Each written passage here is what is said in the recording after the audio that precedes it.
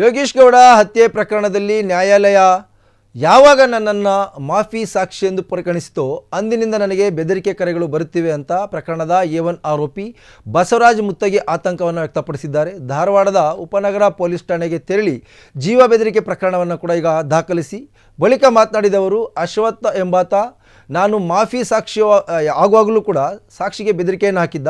ನಿನ್ನೆ ರಾತ್ರಿ ಮತ್ತೆ ಕರೆ ಮಾಡಿ ನೀನು ಅಪ್ರೂವರ್ ಆಗಿದ್ದೇ ತಪ್ಪು ಎಂದು ಸಾಕ್ಷಿಯನ್ನು ಹೇಳದಂತೆ ಮಾಡುತ್ತಿದ್ದಾರೆ. ಹೀಗಾಗಿ ಎಲ್ಲ ವಿಚಾರಗಳನ್ನು ಕೂಡ ಪೊಲೀಸರ ಗಮನಕ್ಕೆ ತಂದಿದ್ದೇನೆ. ನನಗೆ ಮತ್ತು ನನ್ನ ಕುಟುಂಬಕ್ಕೆ ಜೀವ ಬೆದರಿಕೆ ಇರುವ ಹಿನ್ನೆಲೆಯಲ್ಲಿ ನ್ಯಾಯಾಲಯದ ಆದೇಶದಂತೆ ನನಗೆ ಭದ್ರತೆ ಕೊಡಲಾಗಿದೆ. ಈಗ ಆಗಿರುವ ಬೆಳವಣಿಗೆ ಇನ್ನು ಕೋರ್ಟ್ ಗಮನಕ್ಕೆ ತರುತ್ತೇನೆ. ಈ ಎಲ್ಲ ವಿಚಾರವನ್ನು ಪೊಲೀಸರೇ ಗಮನಕ್ಕೆ ಸುದೀರ್ಘವಾಗಿ ತಂದಿದ್ದೇನೆ ಅಂತ ಈಗ ಹೇಳಿದ್ದಾರೆ. ಈ ಒಂದು ಯೋಗೇಶ್ ಗೌಡ ಅವರ ಕೊಲೆ ಪ್ರಕರಣ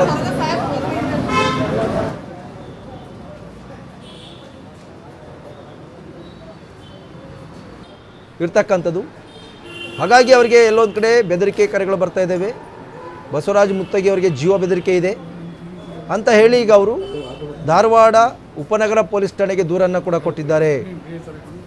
ಇನ್ನು ಆತ ಅಪ್ರೂವರ್ ಆಗಿ ಒಪ್ಕೊಂಡ ಮೇಲೆ ಸಾಕ್ಷಿಯನ್ನು ನೋಡಿದ ಮೇಲೆ ಸಾಕಷ್ಟು ಬೆದರಿಕೆಗಳು ಬಂದಿತ್ತು. ಹಾಗಾಗಿ ಕೋರ್ಟ್ ಆದೇಶದಂತೆ ಅವರಿಗೆ ಭದ್ರತೆ ವ್ಯವಸ್ಥೆಯನ್ನು ಕೂಡ ಈಗ ಕಲ್ಪಿಸಲಾಗಿದೆ.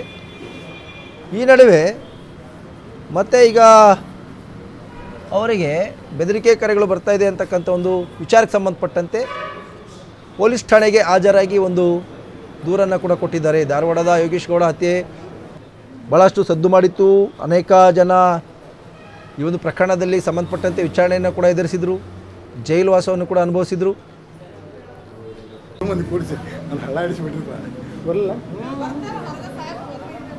ಮಾನ್ಯ ನ್ಯಾಯಾಲಯ ಯಾವಾಗಿಂದ ನನಗೆ ಅಪ್ರೂವರ್ ಅಂತ ಆದೇಶ ಮಾಡಿತ್ತು, ಯಾವಾಗಿಂದ ನನಗೆ ಥ್ರೆಡ್ ಕಾಲು ಬೆದರಿಕೆ ಕರೆಗಳು ಎಲ್ಲ ಬರತ್ತಿದ್ರು. ಈಗಾಗಲೇ ಆರೋಪಿ ನಂಬರ್ 9 ಅಶ್ವಥ್ ಅಂತೇಳಿ ನಾನು ಅಪ್ರೂವರ್ ಆಗೋ ಟೈಮ್ನಾಗೂ ಸಾಕಷ್ಟು ಕಾಲ್ಗಳನ್ನು ಮಾಡಿ ಜೀವ ಬೆದರಿಕೆ ಎಲ್ಲ ನೀಡಿದ್ದಿತ್ತು. ಬಟ್ ನಿನ್ನೆ ತಿರ್ಗಿ ಪುನಃ ನಿನ್ನೆ ರಾತ್ರಿ 10:00 ಕಾಲ್ ಮಾಡಿ ನೀವು ಅಪ್ರೂವರ್ ಆಗಿದ್ದು ರಾಂಗ್ ಹೋದು ಅಂತ ಪರೋಕ್ಷವಾಗಿ ನನಗೆ ಒಟ್ಟು ಈ ಕೋರ್ಟ್ ಒಳಗೆ ನಾನು ಸಾಕ್ಷಿಯನ್ನು ಹೇಳಬಾರ್ದು ಅನ್ನೋದು ನನಗೆ ಒಟ್ಟು ಮಾನಸಿಕವಾಗಿ ತೊಂದರೆ ಕೊಡುವಂಥ ಕೆಲಸ ನಡೆದೈತಿ. ಮಿಕ್ಕಿದ ವಿಷಯಗಳನ್ನೆಲ್ಲ ನಾನು ಈಗಾಗಲೇ ಪೊಲೀಸ್ ಅಧಿಕಾರಿಗಳಿಗೆ ಮತ್ತು CBI ಗಮನಕ್ಕೆ ತಂದೀನಿ. ಅವರು ಮುಂದಿನ ಸೂಕ್ತ ಕ್ರಮ ತೆಗೆದುಕೊಳ್ತಾರೆ. ಕುಟುಂಬಕ್ಕೆ ಬೆದರಿಕೆ ಇದೆಯಾ? ಕುಟುಂಬಕ್ಕೆ ಬೆದರಿಕೆ ಇರೋದ್ರಿಂದಲೇ CRPF ಅನ್ನು ನನಗೆ ಈಗಾಗಲೇ ನ್ಯಾಯಾಲಯದ ಆದೇಶದ ಮೇಲೆ ನನಗೆ ಸೆಕ್ಯೂರಿಟಿ ಕೊಟ್ಟಾರೆ ಕೇಂದ್ರದ ಭದ್ರತೆಯಿಂದ. ಅಲ್ಲ, ಮತ್ತೆ ಮುಂದೆ ಏನು ಮಾಡ್ತಾರೆ? ಕೋರ್ಟ್ ಗಮನಕ್ಕೆ ತರೋ ಪ್ರಯತ್ನ ಮಾಡ್ತಾರೆ? ಹೌದು, ಈ ಕೋರ್ಟ್ ಗಮನಕ್ಕೂ ತರ್ತೇನೆ ರೀ. ಹೌದಾ? ಕ್ಯಾನ್ಸಲೇಷನ್ಗೆ ಅಂತ ಹಾಕ್ತಾರೆ? ಅಲ್ಲ, ಅದು ಕೋರ್ಟ್ ನಿರ್ಧಾರ ಮಾಡ್ತೈತೆ. ನಾನು ಅದಕ್ಕೆ ನೀವು ಅಪ್ಲಿಕೇಶನ್ ಹಾಕ್ತೀನಿ. ಹೌದಾ? ಯಾವ ರೀತಿ ಫೋನ್ ಮೂಲಕ ಮಾಡ್ತಾರೆ? ಫೋನ್ ಮೂಲಕ ಮಾಡಿದ್ದು. ಹೌದಾ? ವಾಟ್ಸಪ್ ಕಾಲ್ ಅಥವಾ ನಾರ್ಮಲ್? ಅಲ್ಲ, ಅದನ್ನೆಲ್ಲ ನಾನು ಡಿಸ್ಕ್ಲೋಸ್ ಮಾಡೋಂಗಿಲ್ಲ. ಯಾಕಂದ್ರೆ ಈಗ ಕೆಲವೊಂದೆಲ್ಲ ಮಾಹಿತಿಗಳನ್ನ CBI ಗಮನಕ್ಕೆ ಈಗಾಗಲೇ ಎಲ್ಲವನ್ನೂ ತಂದೀನಿ. ಸ್ವಲ್ಪ ಪೊಲೀಸ್ ಅಧಿಕಾರಿ ಈಗ ನಿನ್ನೆ ನಡೆದಂಥ ಘಟನೆ ಬಗ್ಗೆ ಸುದೀರ್ಘವಾಗಿ ಪೊಲೀಸರ ಗಮನಕ್ಕೆ ತಂದು CBI ಗಮನಕ್ಕೆ ಏನು ವಿಷಯಗಳು ತಂದಿತ್ತು ಅದೆಲ್ಲ ವಿಷಯಗಳನ್ನು ಇವ್ರ ಗಮನಕ್ಕೆ ತಂದೀನಿ. ಅವ್ರ ಮುಂದಿನ ಕ್ರಮ ತಗೊಂಡು